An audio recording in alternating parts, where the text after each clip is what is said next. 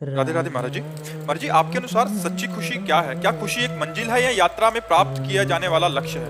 बंधन मुक्त हो जाना किसका है? बंधन मुक्त हो, कोई बंधन न रहे, कोई इच्छा न रहना, वो खुशी होती है जिसमें कोई बंधन नहीं और कोई चाहत नहीं। हमारी सारी चाहतें पूर्ण हो गई, अब हमारे अंदर कोई चाहत नहीं और हमारा कोई बंधन नहीं, मृत्यु का भी भय नहीं। ये सबसे बड़ी खुशी है। जीत गए, हम माया पर जीत गए, मृत्यु पर विजय प्राप्त कर ली, काम क्रोध लोभ मोह मद मत्सर इन पर विजय प्राप्त कर ली, और चाह पर अब कोई चाह नहीं, किसी का हमारे ऊपर कोई प्रभाव नहीं, मृत्यु का भी कोई भय नहीं। इससे बढ़कर कोई खुशी हो सकती है? हर खुशी का नाश करने के लिए मृत्यु तैयार है। आप चाहे जितना पढ़े लिखे हो, चाहे जितनी बड़ी पदाधिकारी हो, चाहे जितने करोड़ बैंक में हो, चाहे जितना सुंदर पति मिला हो, चाहे जितना सुंदर परिवार मिला हो, लेकिन एक क्षण में वो सब कुछ आपको छुड़ा देगी, हर खुशी में आग लगा देगी।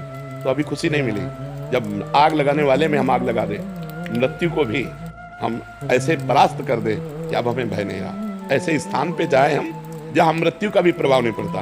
वो कौन सा स्थान है? त्रिभुवन में कोई स्थान नहीं, ब्रह्मलोक में भी काल का प्रभाव है, कालातीत भगवान का आश्रय है, भगवान के चरणारविंद है। जब हम प्रभु का नाम जप करते हैं, प्रियाजू का नाम जप करते हैं और अपने मन को प्रभु में दे देते हैं और मन भगवदाकार हो जाता है, तो कोई चाह नहीं रहती।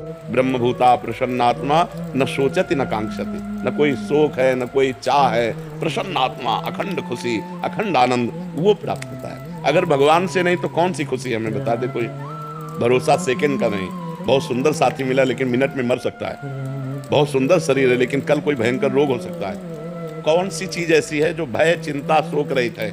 एकमात्र भगवान का नाम, भगवान का आश्रय, भगवान की शरणागति। जब ऐसा हमें दूल्हा मिल गया श्री कृष्ण, जब ऐसा दोस्त मिल गया श्री कृष्ण, क्योंकि अनंत ब्रह्मांडों का स्वामी, तब जो अपार खुशी होती है। सोचो कोई यहाँ का अधिकारी हो, बड़ा अधिकारी हो, और वो आपसे हाथ मिलावे और कहे कि कभी कोई समस्या हो, फिर आपको कैसा लगेगा? एक छाती फूली घूमेगी, एक आनंद लगेगा नहीं? और भगवान हमारे कह रहे हैं अनन्यश्चिन्तयन्तो माम ये जनाः पर्युपासते तेषां नित्याभियुक्तानां योगक्षेमं वहाम्यहम्।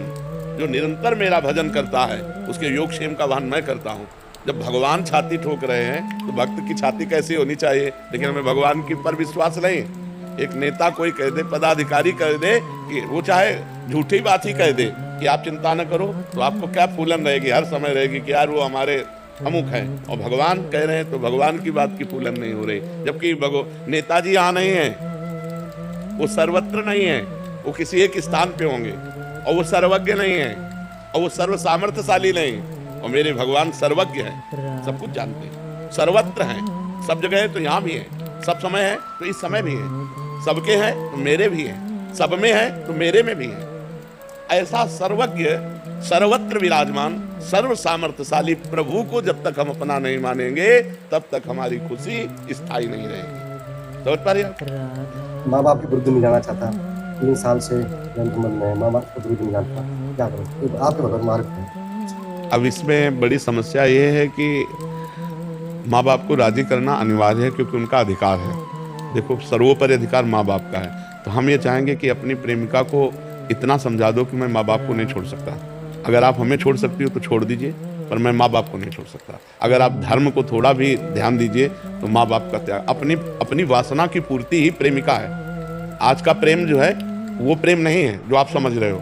देह को लेकर प्रेम है, और देह ये माता पिता की है, और माता पिता को हम इस देह के प्रेम के लिए छोड़ दें तो मुझे लगता है कि थोड़ा आप विचार कीजिए। प्रेमिका को हाथ जोड़कर मनाइए, या अगर आप हमारे माता पिता के विरुद्ध हैं तो फिर हम आपको स्वीकार नहीं कर सकते।